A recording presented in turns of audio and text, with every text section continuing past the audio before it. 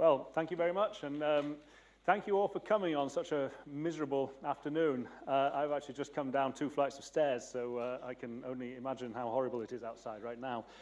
Anyway, yes, is complex life a freak accident? I admit it's an argumentative kind of a title, and I will put forward to you a kind of an argument today. These ideas go a long way back in biology, and there isn't an answer as such, but there are viewpoints and there is evidence, and a lot has changed really since 40 years ago when Jacques Monod wrote his famous book Chance and Necessity. Stephen Jay Gould, of course, also wrote a famous book, Wonderful Life, in which he argued essentially that, that evolution is contingent on all kinds of chance events, and he argued specifically around the Cambrian explosion and the origin of animals and so on. But basically, if you wound back the clock back to that time and then set it rolling forward again, he argued that you would not find the same kind of animals that we see today. Now, today I want to talk about a much earlier period of evolution, the origin of complex life, rather than animals specifically. But on the other side of that, Simon Conway Morris, he was actually essentially made famous by Stephen Jay Gould's book, Wonderful Life, but he never really took very well to that, and he argued quite the opposite point, that contingency is a fairly small factor in evolution and that convergent evolution, it dominates. Convergence is essentially to do with engineering principles and the likelihood that there's constraints on natural selection forcing it to go the same way multiple times. And Conway Morris actually argues that you'd end up with something like humanity again, right down to 4 fingers and a thumb and so on. Christian de Duve as well has argued essentially that the power of natural selection forces life in certain directions, and that there's an inevitability about the direction of evolution. Well, that does beg the question, which SETI first addressed 50 years ago, the search for extraterrestrial intelligence. It's known as the Fermi paradox. Fermi, the physicist, of course, who was a bit of a believer in extraterrestrial intelligence, but asked this question, well, where are they then? His colleague, Leo Szilard, said, he was Hungarian-born, he said, in fact, they're among us. They call themselves Hungarians. But still, 50 years later, we just haven't seen anything from SETI or more recently even the discovery of Earth-like planets, in inverted commas, like Kepler-22. There may be plenty of bacteria out there. Who knows? But what are the chances of intelligent life, complex life, evolving elsewhere in the universe? Well, if we can't find it by looking out, perhaps we can look in at life on Earth as we know it. And there are some paradoxes, really. This is a tree of life, as you'd find in any textbook. And you can see it's immediately unexpected, if you're not familiar with this kind of thing, that there are 3 big groups here. There's the bacteria, and you can see what they look like. We're familiar with things like E. coli and so on. Then there's this other group. They look a lot like bacteria. They're called Archaea. They're also prokaryotes. They look very similar. They're almost indistinguishable, in fact, in terms of electron microscopy. But in their biochemistry and their genetics, they're really rather different. And then you have the group that we belong to, the eukaryotes. And you can see immediately looking at this that all complex life as we know it, all multicellular organisms, all animals, all plants, fungi, algae, and so on, they're in just that tiny little group. If I could use the cursor here, this tiny little group here. So the question is, well, what happened down this part of the tree of life? Why is it that after 4 billion years of evolution in practically infinite populations, you get just these tiny cells, bacteria, archaea, and really nothing much more morphologically complicated than that? In terms of their biochemistry, in terms of the genetics, they're ingenious, but in terms of their morphology, they appear to be really quite stunted. So what was happening? That, I should say, is true at the cellular level. It's not just true at the level of elephants and so on. It's true, this is a fairly bog-standard single-celled alga, Euglena, and this is roughly to scale. This is one of the more complex prokaryotes, bacteria that you find around, these planktomycetes. This is roughly to scale. Now, these planktomycetes have a number of properties which have been said to be relatively complex for bacteria, but you can see there is just no comparison really at all there. So eukaryotes, even at the level of single cells, are enormously more complex than bacteria. And it's very difficult to tell between them. If you were to look down a microscope at these 2 cells, most people would barely be able to tell the difference. Most non-biologists, indeed a lot of biologists, would not be able to tell you what kind of cell this is. In fact, it's a paramecium, so it's a single-celled protozoan. But, you know, this has 40,000 genes. It's got a lot of complexity. Here's a pancreatic acinar cell from our own body, which has half as many genes, in fact, not many more than that. They're very difficult to distinguish. All this complexity arose at the cellular level very early in evolution, around about perhaps 2 billion years ago. Now, there's a paradox here, and it's this that really interests me. So all complex life, as I've said, is based on this particular complex cell type. Cells with all kinds of things inside, as I've just shown you. They're called eukaryotic cells, but don't be scared of names. They're full of membranes, they're full of dynamic cytoskeletons. They've got all kinds of things going on. They've got the nucleus. Eukaryotic, in fact, means true nucleus, and that's their defining feature. They share all kinds of complex traits. So basically, all eukaryotes are sexual. Or at least if they are not sexual, then they've lost it later on. That last common ancestor appears to have been a sexual cell. They have a nucleus. They all have mitochondria, and I'll come more on that later. Various properties like phagocytosis, the ability to go around and physically engulf other cells, essentially eating them. They also are not found, none of these traits are found in bacteria at all, but they're found essentially in all eukaryotes. So prokaryotes, bacteria and archaea, these two groups, have none of these traits. They show essentially no tendency to evolve any of them. They just remain morphologically simple. Why not? If natural selection is about traits evolving step by step, small steps, each one offers some kind of an advantage, and the nucleus offers an advantage, you would predict that things like the nucleus or sex would just keep on evolving in bacteria, would evolve perhaps scores of times. That's actually exactly what we see with the eye. So from some kind of simple light-sensitive spot in early animals, the eye, morphologically different kinds of eye, as you can see here, have evolved essentially independently, admittedly from this common starting point, but from that starting point, independently on 60 or 70 different occasions. That's actually what natural selection predicts, that each step offers a small advantage. It's selected for different environments, different sets of circumstances mean that you have different morphologies. That's what you'd predict. That's not what we see, though, with complex life. So what was different? Well, the answer that you're most likely to hear from people is that there was some kind of an environmental bottleneck. So the most famous one is when oxygen levels first rose in the atmosphere, which was around about 2.2 billion years ago, 2,200 million years ago. And you see all kinds of things in the rocks, these banded iron formations, stunningly beautiful to look at. That's actually not particularly diagnostic, but it does show an increase in oxygen levels. So perhaps there was some kind of a bottleneck that as soon as oxygen levels rose, then eukaryotic cells were possible.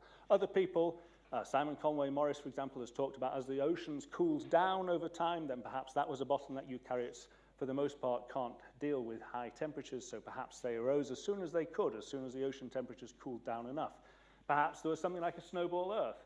The date is wrong of this snowball Earth, 700 million years ago, but there was an earlier one around about 2.2 billion years ago, the same kind of time as the Great Oxidation Event. There are possible bottlenecks through which eukaryotes could have arisen. And if you look at the eukaryotic tree, again, this is a different way of depicting it. There's these 5 large groups here. This is a much more modern tree than the one I just showed you. These 5 super kingdoms, if you like. So the fungi and the algae, the fungi are here, the metazoa, which is basically all animals, are here. But a lot of these organisms are fairly unfamiliar to most people. But what I really want to bring out on this is that these sticks here give an indication of the genetic distance between them. And it's a very, very short distance. There's far more variation within these groups than there is between the common ancestor of each group. That looks a lot like some kind of an explosive radiation. It looks like a bottleneck. As soon as you had that cell there, the ancestor, the last common ancestor of all eukaryotes, it diverged. There was a great radiation.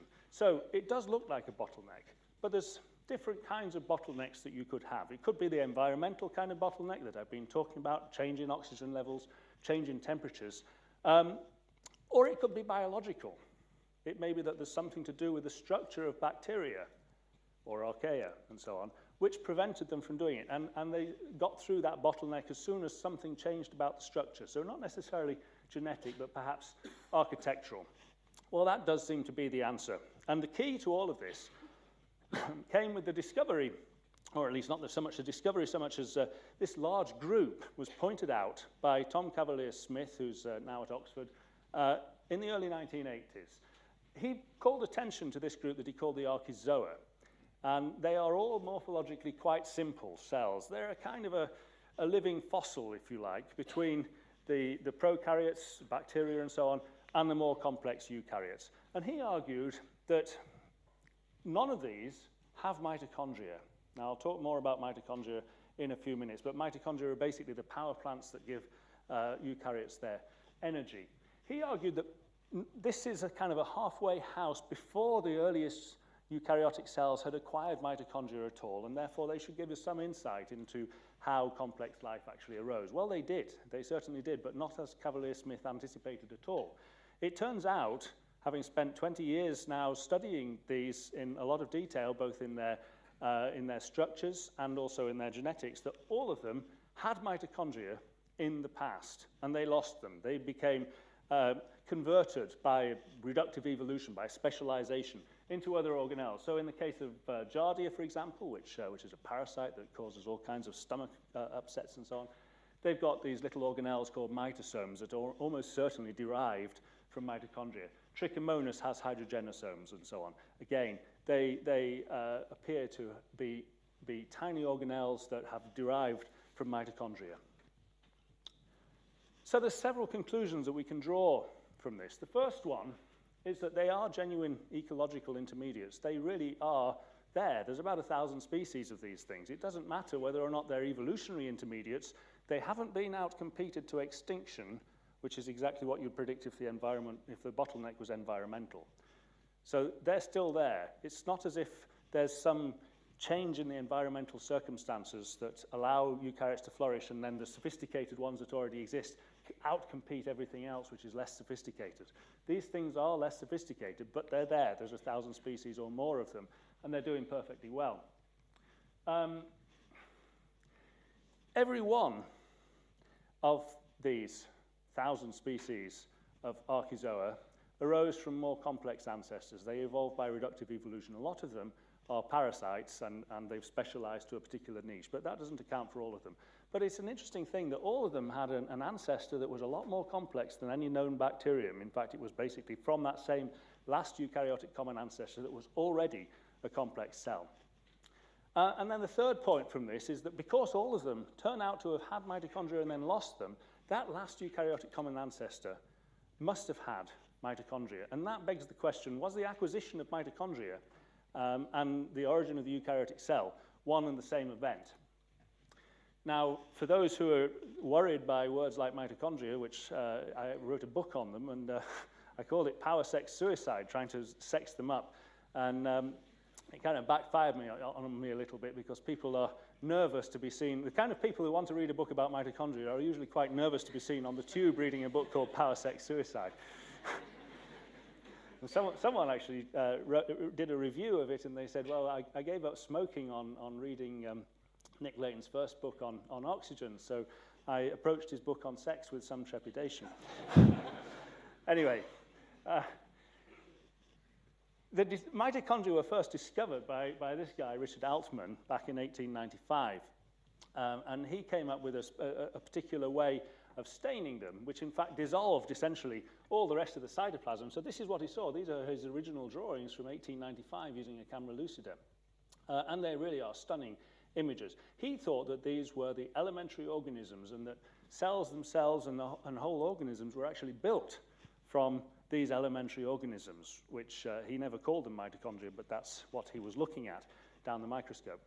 In fact, he was made a laughing stock. He was ridiculed, and he became very reclusive, hid in his own room a lot of the time, eventually became known as the Ghost, and died insane in about 1906. And this seemed to have been the fate of a lot of these early pioneers of symbiosis in evolution, the idea that cells interact together and cooperate rather than necessarily just compete. Lynn Margulis, of course, picked up on some of these ideas. She just died a month or so ago. But she had essentially taken up ideas from people like Richard Altman from early in the century and then worked with them.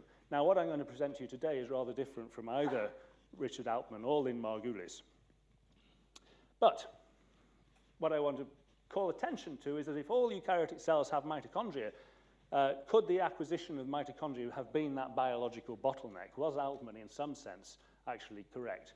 Well, there's a lot of genomic evidence now that suggests that that is actually what happened. So here on the left-hand side, you can see a kind of cartoon depiction of a standard tree of life showing those three domains, the bacteria, the archaea, and the eukaryotes. And here on the right-hand side is something close to what the genomic evidence tells us probably happened. This is not, as Margulis had argued, a serial endosymbiosis with lots of partners over lots of periods of time. This is really a single event. This is one bacterium getting inside one archaeon as a host cell. And it was that gave rise to the eukaryotes. So there was a genomic fusion, two cells together, both of them prokaryotes. Neither of them were sophisticated cells. This is a point which a lot of people still squabble over, and we don't know that for sure. The identity of the host cell is not really clear. But this is a hypothesis which is a testable hypothesis in various ways, and it's certainly a lot more thrilling. In fact, this idea has been called, rather than a tree of life, it's obviously not really a tree in a conventional sense, it's being called the ring of life.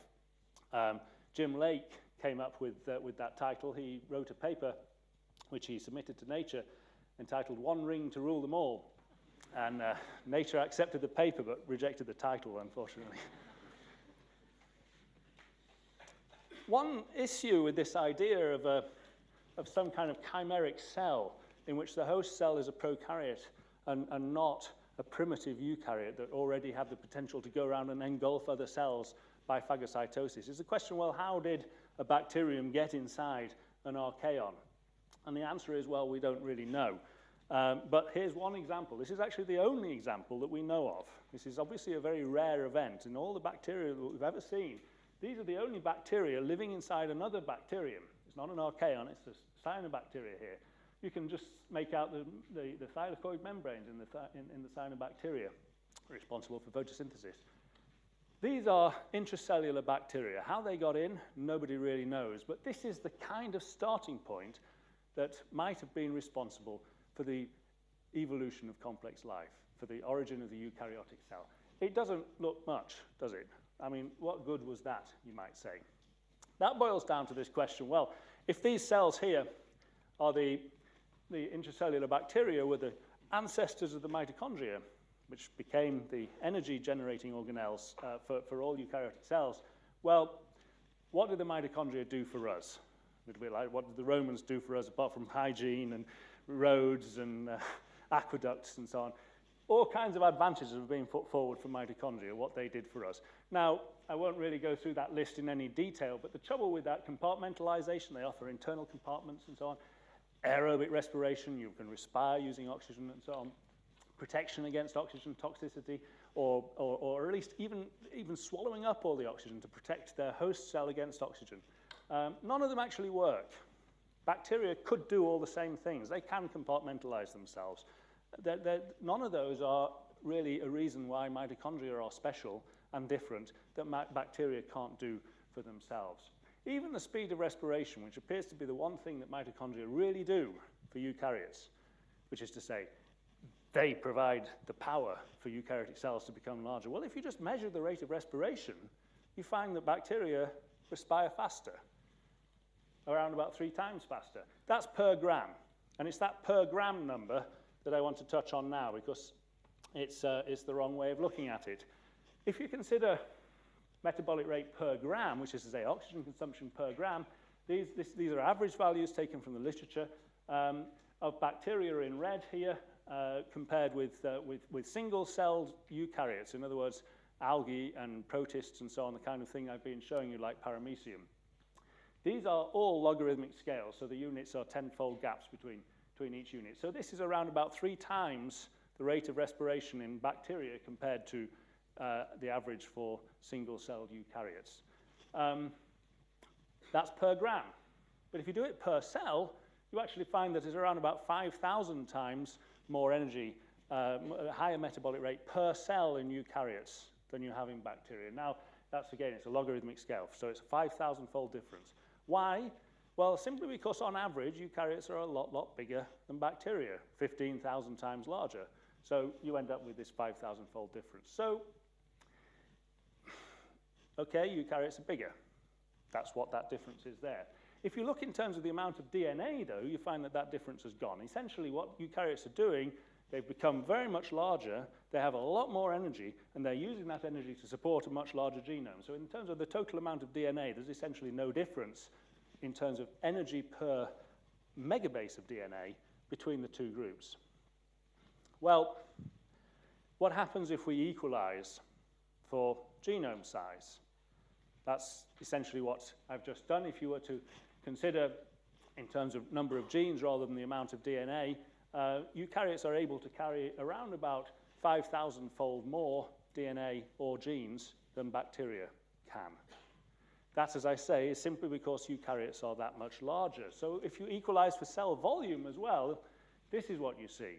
Now, I'll explain how I come to this answer in a moment, but essentially, if you were to expand this tiny bacterium up to the 15,000-fold, up to eukaryotic-sized average cells, you end up with a 200,000-fold difference in energy per gene. That's the real scale of the gulf between bacteria and eukaryotes. It's not in terms of energy per cell, it's in terms of energy per gene.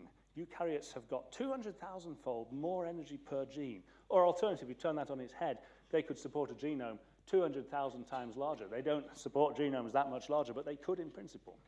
So, how did that number, where did that number come from? Essentially, it's to do with the way in which bacteria breathe, respire. They respire by pumping protons, we don't need to know the details of that, across their cell membrane. And that means immediately that they're using their membrane, which is a two-dimensional surface, to generate energy in the form of ATP. And they're using that for protein synthesis, for converting their genes into proteins for living, basically. If you were to double or treble the size of that bacterium, then you have immediately constraints with the surface area to volume ratio, because the volume will increase as the cube, the surface area by the square. And so the surface area to volume ratio halves for every doubling of the linear dimensions. So immediately you have a problem that if you simply expand the bacterium up to eukaryotic size and it continues to respire over its cell membrane, then that's why you get this 200,000-fold difference. It simply doesn't work that way. But that doesn't really explain why can't it just internalize respiration as eukaryotes do inside the cell. That gets around those surface area to volume constraints immediately. So why don't they do that? Well, to cut a long story short, this is paramecium again. These are the mitochondria within paramecium. Every single one of these mitochondria has copies of a genome, the mitochondrial genome. Basically, all known eukaryotes that have mitochondria that are able to use their mitochondria to generate ATP have copies of a small genome. So this is the mitochondrial genome. Now, the idea that I'll put forward to you is that it's the copies of the genome which are critical here. What these cells lack, these are bacteria, and again, this is roughly to scale, they all have internal membranes. They're all capable of internalizing respiration. You can see there cyanobacteria at the bottom, nitrosococcus, nitrosomonas at the top. They all have internal membranes. It's not difficult for them to internalize respiration, but they can't expand up onto that kind of scale unless they have copies of a genome to control respiration. That's the basic idea. And again, just to put this in perspective, here's the cyanobacterium I just showed you. This is Euglena, which is a eukaryotic alga. They basically live by the same mechanism. They both live by photosynthesis, oxygenic photosynthesis. They split water using the power of the sun. But this is the difference in size and complexity. So it's not to do with the niche. It's to do with something to do with the structure of the cell. Now, there's an immediate test case for this. There are, in fact, some giant bacteria around. This is a very good example. This is a polypiscium. It's a kind of a battleship of a cell. Here's paramecium. It's dwarfed by a polypiscium. You can see E. coli up there with the arrow. It's tiny. This is visible to the naked eye. This is around about 0.6 of a millimeter long. So, I mean, we're still dealing with small objects, but it's enormous compared to single-celled eukaryotes. This is actually even larger here. This is Thiomargarita. It's actually basically a giant vacuole with a very thin film of cytoplasm around the edge of it. But this is a single cell, a single Thiomargarita cell. This is a fruit fly, Drosophila. It's as big as the head of a Drosophila. This is an enormous cell. They are respiring over their plasma membrane in exactly the same way as all bacteria. If you require genes to control respiration, as I've just suggested to you, they must have genes, otherwise they wouldn't work at all. Do they? Yes. This is, again, a polypiscium. They have as many as 200,000 copies of their full genome dotted right next to the plasma membrane, all the way around the cell. Here again, in Thiomargarita, around about 15,000 copies. That big black space at the top is the vacuole. So there's nothing going on in there at all. It's metabolically inert. So this is not a proof, but at least it's consistent with the idea that you require genes to control respiration in some way. And that comes to the problem that bacteria have. To expand up to eukaryotic size, they can do it, but they require copies of their genome. And what they all do is they have copies of their full genome. So they have multiple copies. In the case of a polypiscium, as I say, around about 200,000 copies of their full genome. Now, these are from measured metabolic rates and known genome sizes. This is E. coli. If you look at the size of the genome relative to the measured metabolic rate, and you take into consideration the number of copies of that full genome, you find there's no difference between E. coli, Thiomargarita, and a polypiscium. Because they've expanded up, because they have so many copies of the genome, what they are, in effect, is a consortium of multiple cells, each genome controlling essentially the same amount of cytoplasm. So they gain no energetic advantage whatsoever and have no spare energetic capacity to support a larger genome. They can support more of them, but the individual genomes cannot get larger. There's no spare energy there to do that. So that's what the problem is for bacteria. They can expand, but they gain no advantage from doing so. And they then have all kinds of problems in cell division and so on. It's not easy for a cell on the size of a polypiscium to divide. It's got to come up with a whole new way of doing it. It survives only in very limited circumstances. So a polypiscium is found only, to our knowledge, in the intestines of surgeonfish, and it's never been found anywhere else. So what's happening in eukaryotes? We go back to this position. Let's take this as the starting point for the eukaryotic cell, bacterium inside another bacterium, or at least an archaeon. What's happening? Well, these are cells, these are bacteria here. Let's say you have a standard mutation which allows, so shown in yellow in the top there, that allows the bacteria that inherit that mutation to replicate a bit faster. They gradually come to dominate. They dominate that population, take over the whole population, essentially. But if the conditions then change, then that whole thing will reverse itself and start to go the other way. So a mutation here will end up going back the other way. What happens over time is that bacteria maintain as small a genome as they can get away with for the most part, but it fluctuates in size. They pick up genes, bilateral gene transfer, they have random duplications in genomes, and they lose genes as fast as they can. But they have a kind of fluctuating genome size, which is a minimum size to remain in a free-living lifestyle. This is what happens if you've got intracellular bacteria, so cells living within cells. You still have a population of them. They still are bacteria. They still behave like bacteria. If you have a mutation that allows one to replicate faster than the others, that happens. But now, because that internal environment is so consistent compared to the fluctuating external environment, there's really very little pressure to force them to acquire new genes. They tend to shrink over time. Their genome becomes smaller and smaller. And that's exactly what we see. There are hundreds of cases in eukaryotes where you have bacterial cells living inside eukaryotic host cells. So this is different to the origin of the eukaryote, where we're talking about a prokaryotic cell, a bacterium. These are all bacteria living inside large complex eukaryotic cells. And the one thing they all have in common is they've all lost genes. So in the case of Buchnera, the genome size is about roughly half the size of the smallest known free-living bacteria. Rickettsia, again, is very small. Carcinella is the smallest known. It's actually smaller than some mitochondrial genomes. There's a general tendency to reduce complexity of intracellular parasites. It's a well-known trend, and it's explained quite simply by competition between cells within a cell, given that they can get a lot of what they need from the host cell. That's exactly what happened to the mitochondria. It happened over 2 billion years, or thereabouts, and it's left all of these with very tiny genomes, only encoding, in the case of in the case of humans, there's only 13 proteins left encoded by that mitochondrial genome. It varies between different groups of eukaryotes, but basically there are very few genes left there. And the few genes that are left there, as I say, appear to be necessary. They appear to be required for respiration to work. They allow this expansion of cell volume by around about 15,000-fold, if not more. Now, what that means is that the defining character, I mentioned to you earlier on, the defining characteristic of eukaryotes, which means true nucleus, is the nucleus. Now, what I'm suggesting to you is that it's actually not just the nucleus by itself, but it's the fact that you have two genomes, one of which is the nucleus, which is huge, and the other, the mitochondrial genome, which is necessarily tiny.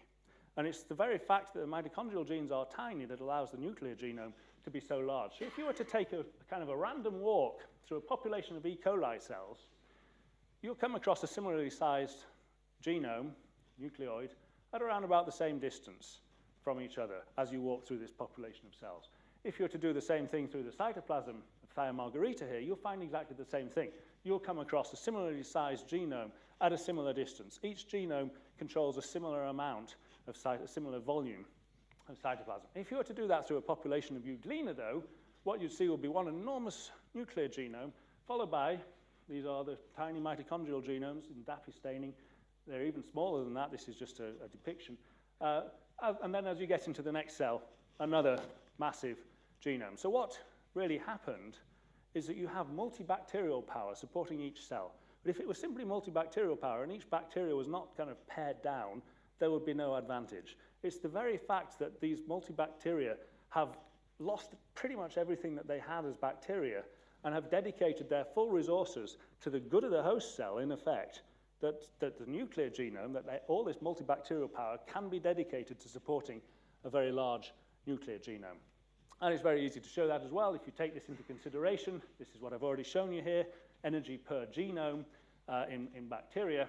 And here it is. Again, this is a logarithmic scale, so 3 or 4 orders of magnitude difference. So this is Euglena again, as we've been talking about. This is amoeba Proteus, which is a large amoeba. Again, taking into consideration the fact that a lot of the time they have more than one nucleus, and so more than one copy of their own genome. But still, you see a difference of 3 or 4 orders of magnitude.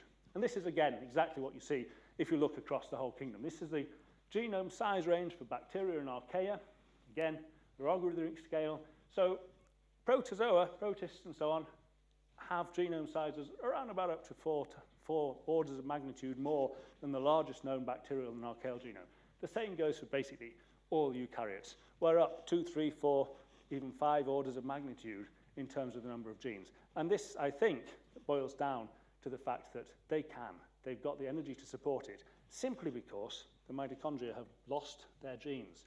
And the only reason they could lose their genes was that they were cells within a cell. So to summarize and finish, bacteria are small, simple. They're able to support a genome which is perfectly large enough to do what they need to do, in fact, with a great deal of metabolic sophistication. But they can't get very much larger. If they get larger, they have these surface area to volume constraints. They begin to lose control over respiration unless they have multiple copies of a genome. If they have multiple copies of a genome, then they get no advantage in terms of energy per gene or the genome size that they're able to support. They're simply left with this sticky situation that they have multiple copies of a complete genome. It's only when you have a population of cells within a cell that can compete among themselves that allow loss of DNA from all of these, and the cell as a whole carries no more DNA than that cell as a whole. It's just that you have this genomic asymmetry, that here you have tiny genomes energetically supporting a massive genome. In the case of giant bacteria, all the genomes are exactly the same and are necessarily reasonably small. So, is complex life a freak accident? Yeah, I reckon. Just to recapitulate the argument, internalization of respiration is necessary. And only endosymbiosis is able to do that, because endosymbiosis gives you a population of cells that compete among themselves within a large cell, and that allows the nuclear genome to expand. And that's basically, I'm not suggesting that this has driven evolution towards complex life. What I'm suggesting is it has permitted it. It has allowed the acquisition of lots of DNA, large numbers of genes. It's the raw material for future evolution. Endosymbiosis, which is to say cells within a cell, is common within eukaryotes that can go around and physically engulf other cells. but we know of only one example in prokaryotes. And one thing which is clear from studying the eukaryotic cells themselves is that the relationship between the mitochondria and the host cell is fraught. It is difficult. It's not easy to get that right. So not only is it very unusual to see bacteria inside bacteria, but the relationship of a cell living within another cell is very hard to get right. And so I would argue that these are essentially bioenergetic principles and so are likely to apply to anywhere else. Bacteria may quite well be quite common throughout the universe, but it requires some kind of a contingent event. It's not simply natural selection acting on random mutations in a large population of bacteria that inevitably gives rise to complex life. It requires this contingent event, which not only is rare, but even when it's happened, is difficult to get it right. So don't panic, as the Hitchhiker's Guide to the Galaxy says. We're unlikely to have to suffer Vogon poetry reading sessions. We're unlikely to meet aliens. I would say that this is probably the reason why SETI has so far been unsuccessful. I'm not suggesting that we should abandon the search. These are ideas, and the point about science is ideas need testing. Arguments are valuable, but what they should do is set up testable predictions and hypotheses and so on. And there are a number that derive from this, and that's what I'm spending my time working on. I remember that Darwin described the origin of species as one long argument, and these are the kind of arguments that I think we need to bring to bear in terms of not only whether life is common, complex life is common throughout the universe, but also the kind of properties that we would expect it to have. Would they be similar to the kind of properties we see on Earth? I think the answer is yes, they probably would be. Anyway, on that note, I shall say thank you very much. I'm happy to take questions. Very quickly, before I finish, I've been privileged, as Jack mentioned at the beginning, to have been funded these last 3 years as a Provost Spencer Research Fellowship. It's just been re-advertised. I'm not eligible to apply, unfortunately, but if you're at UCL, you are eligible to apply. It's 3 years of funding for really transformative research.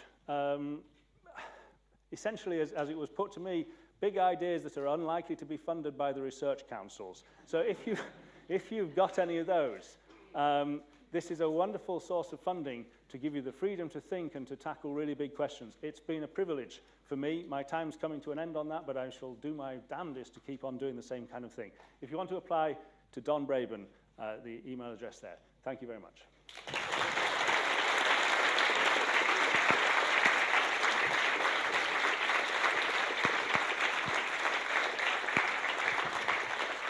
Thank you, Nick, for talking on really what is a very big idea. We do have a minute or two for some questions.